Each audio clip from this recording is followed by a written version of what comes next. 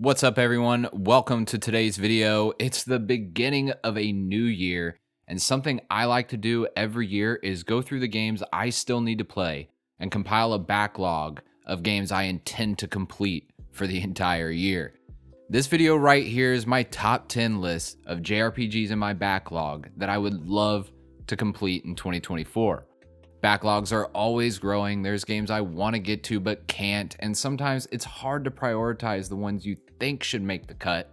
And that's why I find it super helpful to just pick out 10 games at the beginning of the year that I really want to play before the year is over. Sometimes I get to them, sometimes I don't. In fact, if the releases are light for the year, sometimes I get to even more games from my backlog. But I have a feeling that when it comes to JRPGs in 2024, it's going to be really tough to play everything I want to play, but I can sure try, right? Anyway, without further delay, let's get right into the games. First up, I have Judgment, and I'll throw the sequel Lost Judgment in here with it. These games look incredible, and since I've been having so much fun with the Yakuza games over the last year or so, I've really wanted to dive into these. Judgment is basically a crime thriller that seamlessly blends the intensity of legal drama with the action-packed narrative of a detective story. Developed by the creators of the Yakuza series, the game introduces you to a former lawyer turned private detective. The gameplay basically transitions between investigative sequences and action-based gameplay, the inclusion of various side activities, which is consistent of the Yakuza series, and is part of it that we all know and love. To what depth in this one, I'm not sure, but it looks to be a ton of fun. Visually, what I've seen of Judgment is stunning. It seems to have a nice and vibrant depiction of the city.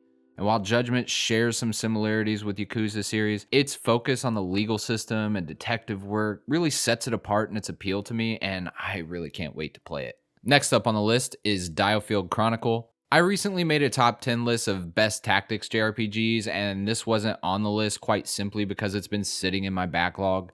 This game was recommended by many of you in the comments and is one I've seen mentioned a lot in other lists, so I'm really excited to give this one a go. I love tactics games, and I'm always excited to dive into a new one. This is a compelling game with a narrative that really interests me. The game uses something called the real-time tactical battle system that looks to be a newer and more interesting take on the traditional tactics formula. I played some of the demo a while back and really enjoyed my time with it, so much so that I purchased the game but haven't had the time to get to it yet. The character and enemy designs look really well done, and maps look great.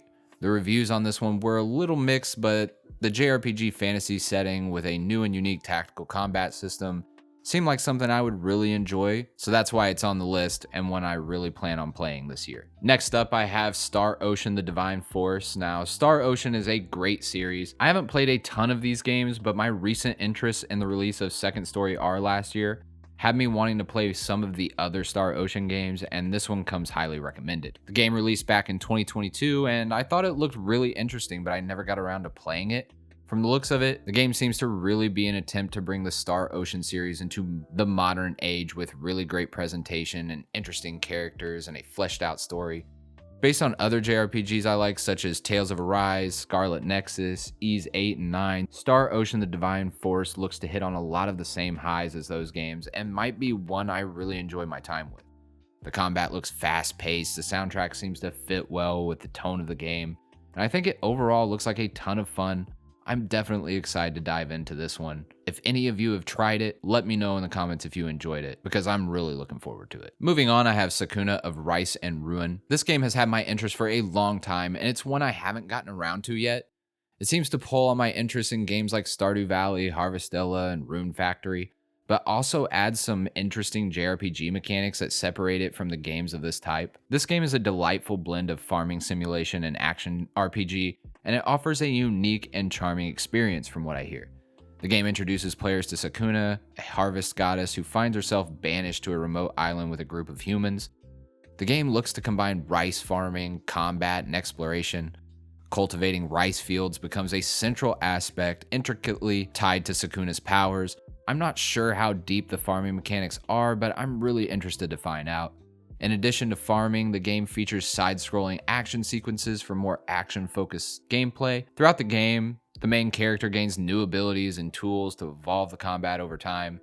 Visually, this looks really good from what I've seen in the trailers and features this hand-drawn art style that I really like.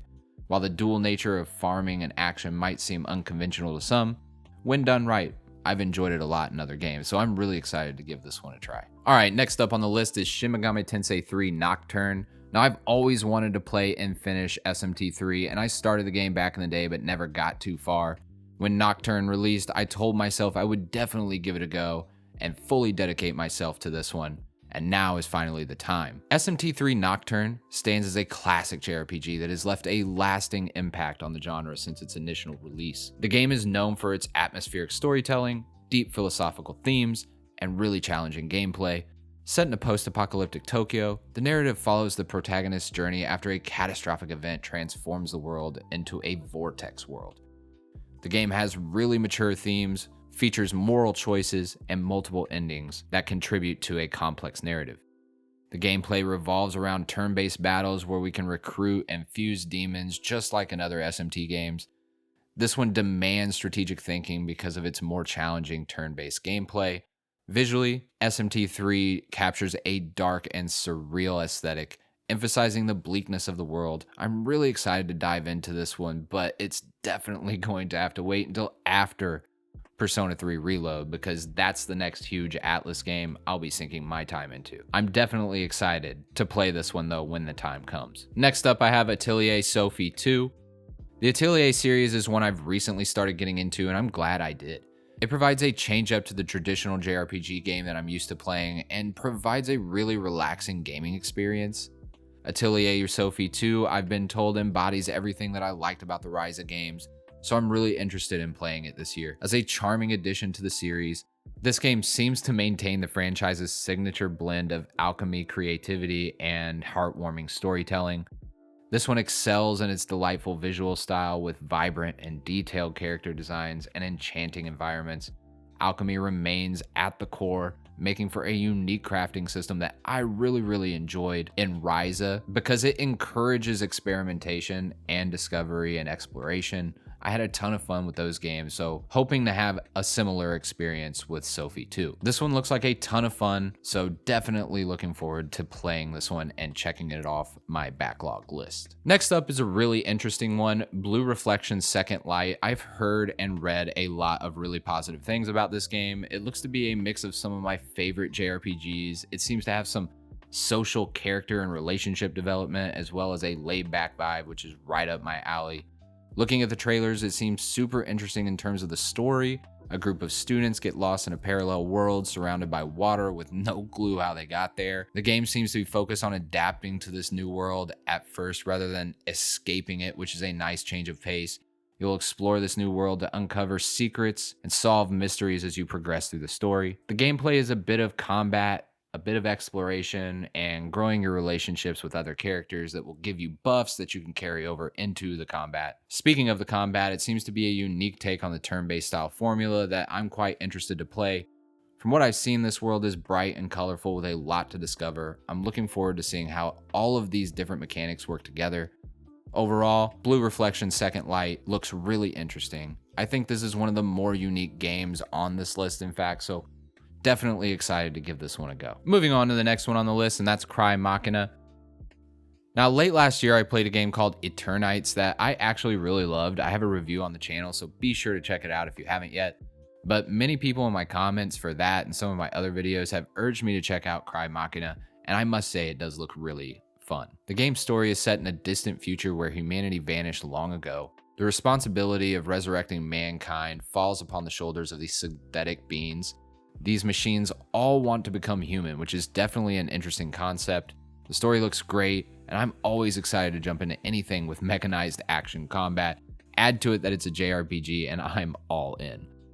The game has flashy, action-based combat paired with in-depth weapon customization and looks like a visually stunning JRPG experience.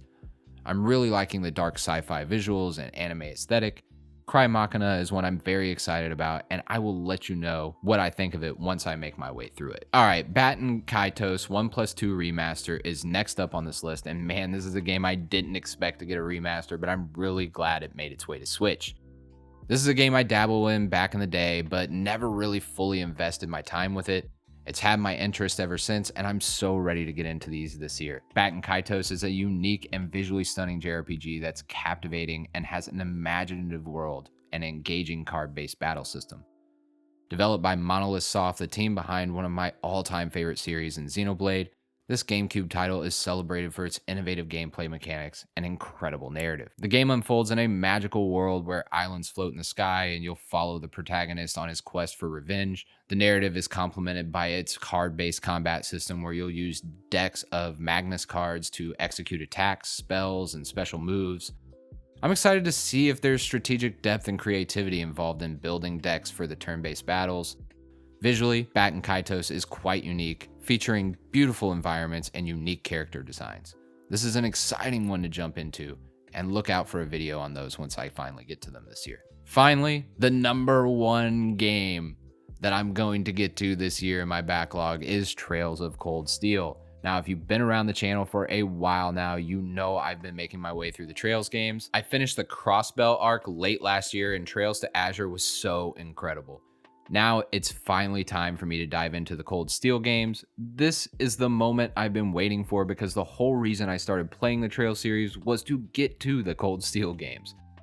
I took a bit of a break after Azure before starting Cold Steel just to step away for a bit, but this year I plan to make it through at least a couple of games in the Cold Steel series. I have a feeling once I jump in and get started, I'll have a hard time playing anything else just because of the way the series has hooked me so far.